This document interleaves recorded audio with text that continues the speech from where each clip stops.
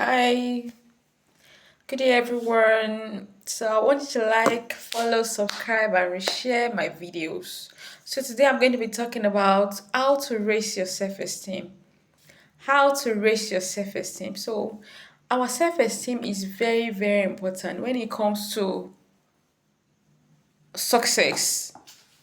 When it comes to how we perform in our daily activities, how we perform in our lives, how we do well in our life, self-esteem is the number one thing. Self-esteem is very important. A lot of people have low self-esteem due to a lot of things that has happened. And the number one factor that used to affect self-esteem is environment. Environment. The kind of environment we belong to.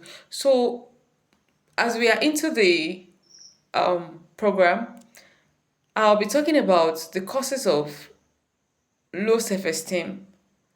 Then later we'll talk about how to improve our self esteem. So the number one cause of low self esteem is environment. Environment. The kind of environment we find ourselves. Environment matters a lot in every situation, in every circumstance. Environment is the number one factors. There are environments that there are little things that they achieve in that environment, and once they achieve that thing, they see it as the best thing in life. So environment matters a lot. The people in your environment, the people in your environment, the people in your circle, the people you wake up to meet, the people you share things with, the people you talk to actually has a long way to go with our self-esteem. Another factor is parents. Parents is very important when it comes to self-esteem. There are some parents that what they do is they are always talking down on the children all the time. They do not appreciate when the children does one good or the other. Sometimes children don't even get to hug themselves. Even the parent do hug children. Let me use my child as an example. There was a day I was taking her to school and I used to hug her, then kiss her on the forehead when I take her to school. And I don't think they usually do, parents don't usually do that to their children. So it looks like, so when my child goes to school, mates, they started talking about the way her mommy used to kiss her on the forehead before she enters the school gate and that. So whenever I now want to kiss my child on the forehead or hug her, she now became resistant. She now started resisting the kiss and the hug. And I've told her that the fact that other parents are not doing it to their children doesn't mean it doesn't really matter.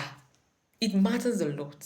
It's me showing love to my child, and it should be something that is normal for every parent to do to their children. Some parents don't share their children up when they have done something excellently. It is they're always getting angry. You did not do that thing right. What are you doing there? Take that plate inside. This one, blah blah. Always shouting. And that is the way most of us were brought up. Even me, especially, that's the way I was brought up, and it doesn't really matter then to the parent because they do not know how to go about it because that was the in thing in that environment. Upbringing. Upbringing. It matters because it is the way you were brought up. They would have actually killed your self-esteem. Your self-esteem would have been damaged because nobody sees anything good in you. You will be always timid. You'll be timid all the time. Like, okay, if I should take this thing now, my mother might think it's not good. And in environments where you don't see people that appreciate you, you might want to try something. Don't do it though. Hey, your mates will do people that are doing it. At the end of the day, they do not used to kinikon, they do not used to be successful in that area or thereabouts. People are always talking you down. So there will not be any need what to try anything by yourself. You will not see any good thing in yourself because whatever you even try, even if I should try, at the end of the day they will say it's not good. So is there any need trying? So the self-esteem has been killed. Another thing that killed self-esteem is yourself. Yourself. For the fact that people around you are not seeing anything good in you, how are you seeing yourself? Growing up as a child, your parents are always shouting, they're always correcting you, they're always telling you, don't go there, oh, don't do that one, oh. If you do that, kini con, don't allow somebody to touch your hair, oh, don't allow a boy to touch your clothes, oh, don't move like this, oh. You become shy, your self-esteem automatically will drop to zero. Yourself is another factor. Yourself is another factor. Possibly you have grown up and you discover that, okay, I am not bold enough. I am this kind of shy person. That is when you now still start seeing some people say, I'm an introvert. I don't go out. I like my space. I do this one. Why? Because the self-esteem is what? Is low. Naturally, who would not like to go out?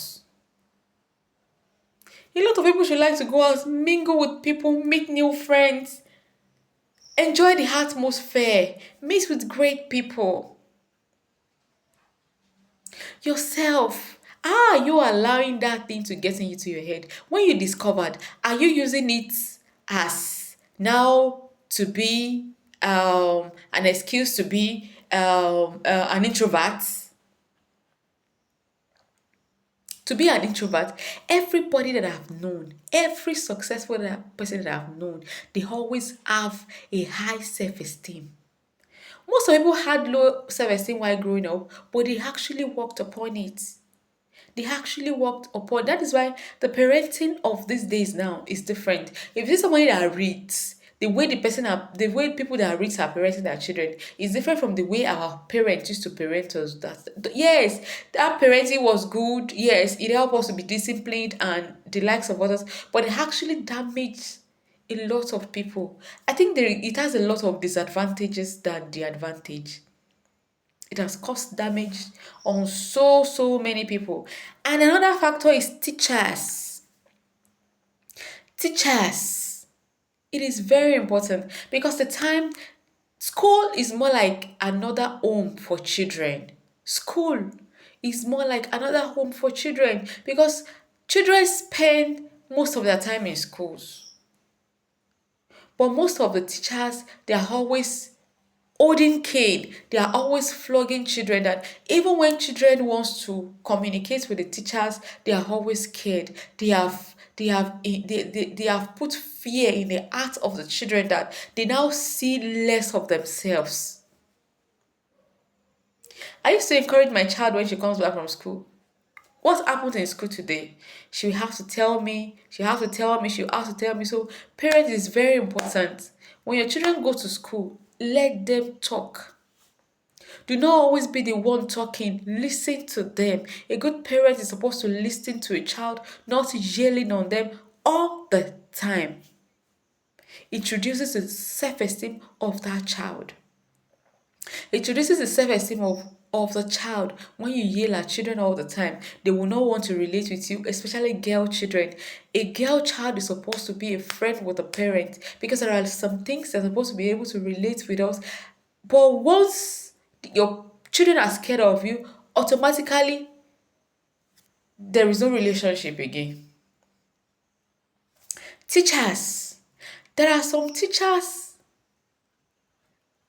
that are always creating fears in the minds of the children they train. Why? Because they are always with cane, they are always flogging. They do not want to listen to the parts of the children's story. All they want is their own parts. All they want is the children to listen to them, whether they like it or not. So teachers contribute to what? To the low self-esteem of a child. So, as a parent, you need to monitor your children very well and to know the kind of schools they attend. So, it is very important. And if you see people that are doing well in life, trust me, they have a very high self esteem. A very high self esteem. So, how do we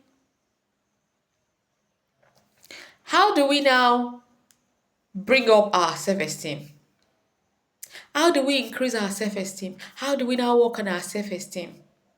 Number one thing is believe in yourself. It wins it all. Just believe in yourself. See yourself as the only valuable thing in the whole world. Just see yourself as the only valuable thing in the world. Nothing will get into your brain.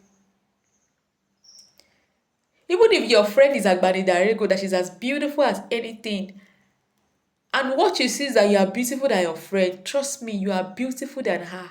When you see yourself as the most beautiful girl in the world, go girl, and you are the most beautiful girl in the world, your self-esteem will be high. There is no place you will not be able to enter.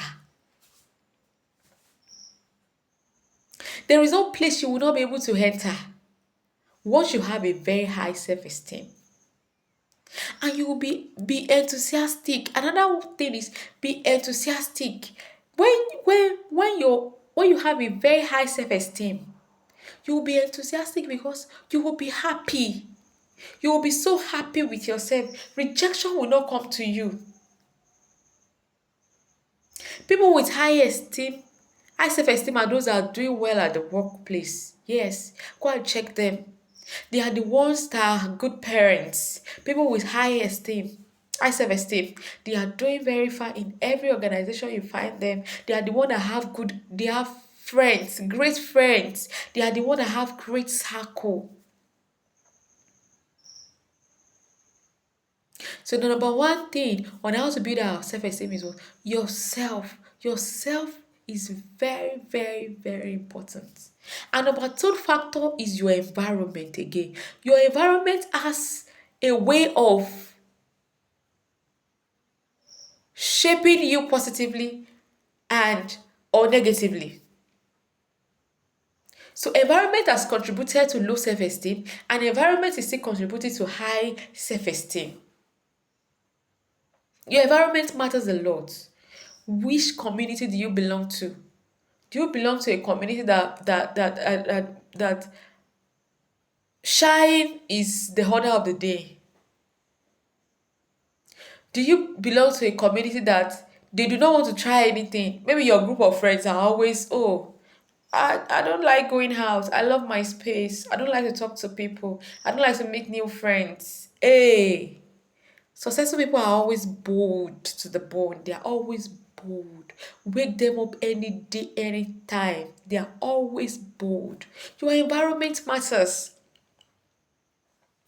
Do you belong to a small community where the feels achieving small thing is the order of the day? Yes, so once I just have a bike like this or a bicycle or more, I'm done. Now to go marry be that, you can imagine.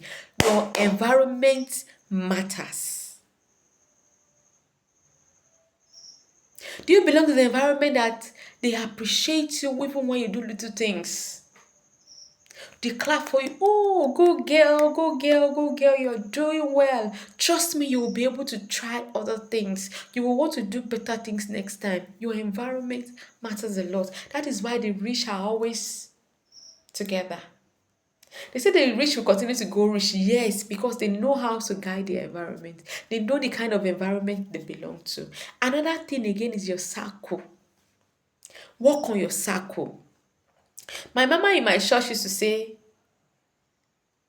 Mama in my church used to say, if you are you have 6 friends that are wealthy, trust me, you are the seventh person.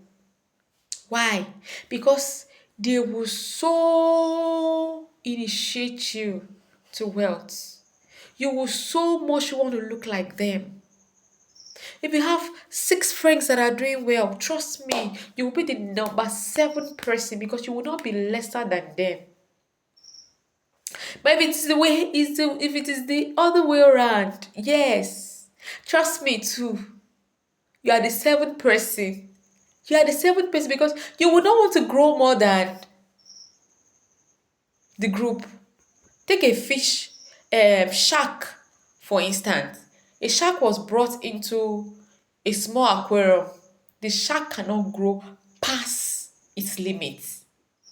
It cannot grow past that aquarium. It can't. That is because normal shark has the capacity to grow very, very big. But once it is caged, it cannot grow past that cage.